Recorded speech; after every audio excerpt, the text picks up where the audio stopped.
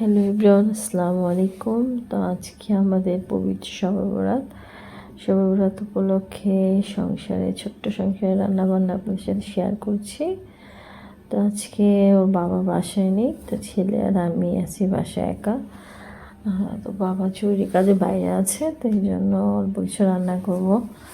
তো এখানে মুরগির মাংস নিয়েছি, মুরগির মাংস সাদা করে রেজালা রান্না করলাম। আর এখানে বুটের হালুয়াটা রান্না করে নিচ্ছি। আসলে দিনের বেলাতে গ্যাস থাকে না, এই জন্য রাতের বেলা একটু কাজ চাপিয়ে নিচ্ছি। তো আমাদের তো শবে বরাত মানে বুটের হালুয়া, আর শবে বরাতের বুটের হালুয়াটা খেতে অনেক অনেক মজা লাগে। তো এটা আমি ঘি দিয়ে প্রথমে আমি ডালটা একটু ভেজে নিব, তারপর আমি পরিমাণ মতো চিনি দিয়ে দিব। আর মিষ্টি ব্যালেন্স হওয়ার জন্য আমি একটু লবণ দিয়ে দিব। তারপর আমি আবারও সুন্দর করে নাড়তে থাকবো। হালুয়াটা অনবরত নাড়তে হয়, তা না হলে হালুয়াটা পুড়ে যেতে পারে, আর পুড়ে গেলে খেতে একদম ভালো লাগে না। তো এই জন্য কষ্ট করে নাড়তে হবে। আর বেশ হালকা ব্রাউন হলে তারপর আমি এখানে কাজু বাদাম আর কাঠবাদাম কুচি করে রেখেছি, আর কিশমিশ আমি দিয়ে দিব। তো আপনারা চাইলে নারকেল কুচিও দিতে পারেন। আমরা নারকেলটা বেশ পছন্দ করি না, বাদাম দিলে আমাদের বেশি ভালো লাগে, তো এই জন্য আমি বাদাম দিয়ে দিলাম। আর কিছু বাদাম আমি ভেজে রেখেছি, পরে উপরে আমি বাদামগুলো ছিটিয়ে দিব, মানে ছড়িয়ে দিব। তো এখন এই যে চালের রুটি বানাচ্ছি। তো আমি খুব বেশি ভালো চালের রুটি বানাতে পারি না, যতটুকু পারি আলহামদুলিল্লাহ চেষ্টা করি সবার জন্য করতে। তো এই যে রুটিগুলো বানিয়ে নিচ্ছি। তারপরে এখানে সুজির হালুয়া বানিয়েছিলাম ঘি দিয়ে। তো এই যে রুটিগুলো ভেজে নিচ্ছি।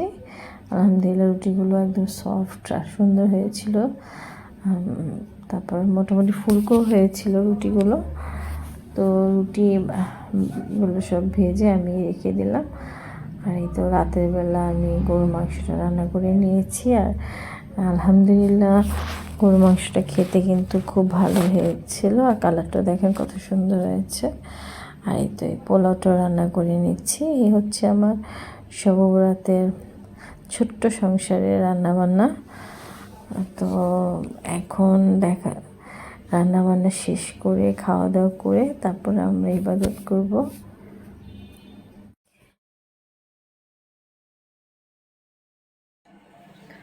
তো আজকে পবিত্র শবে বরাত, আর এই রাতটা তো আমাদের মুসলমানদের জন্য খুবই গুরুত্বপূর্ণ একটা রাত। আর এই রাত আমরা ইবাদত বন্দেগীর মাধ্যমে সারা রাত পার করি। তো এই রাতটা আমার জন্য খুবই বিশেষ রাত, কারণ শবে বরাতের দিন আমার বাবা মারা গিয়েছিল, যদিও তারিখ এখন বদলে গিয়েছে।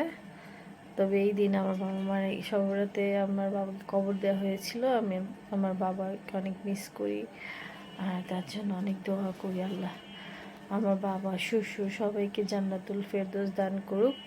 আজকে আমার শ্বশুরের মৃত্যুবার্ষিকীও ছিল, তো শ্বশুরের জন্য বাসায় মিলাদ কোরআন তেলাওয়াত করা হয়েছে দুপুরবেলা।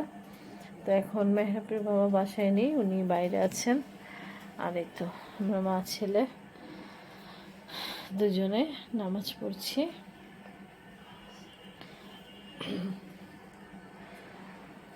তো নামাজ পড়ে কিছুক্ষণ পরে এখন একটু রেস্ট নিচ্ছি। ভাবলাম আমার একটু বন্ধুদের সাথে কথা বলি। আর আমার ইউটিউব বন্ধুদের সাথে আমার যত মনের কথা, ফ্যামিলির কথা সব কিছু আমি শেয়ার করি। আর সত্যি কথা বলতে আমার বাসার মানুষের থেকে আমার ইউটিউব বন্ধুদের বেশি আপন মনে হয়। তারা আমাকে অনেক সাপোর্ট করেছেন। আমি খুবই সাধারণ একজন মানুষ, তারপরও যতটুকু আমি ভিডিও করেছি, এডিটিং করেছি, আমি এগুলো খুব ভালো বুঝি না। তারপর আমি চেষ্টা করেছি, সবাই আমাকে অনেক সাপোর্ট করেছেন।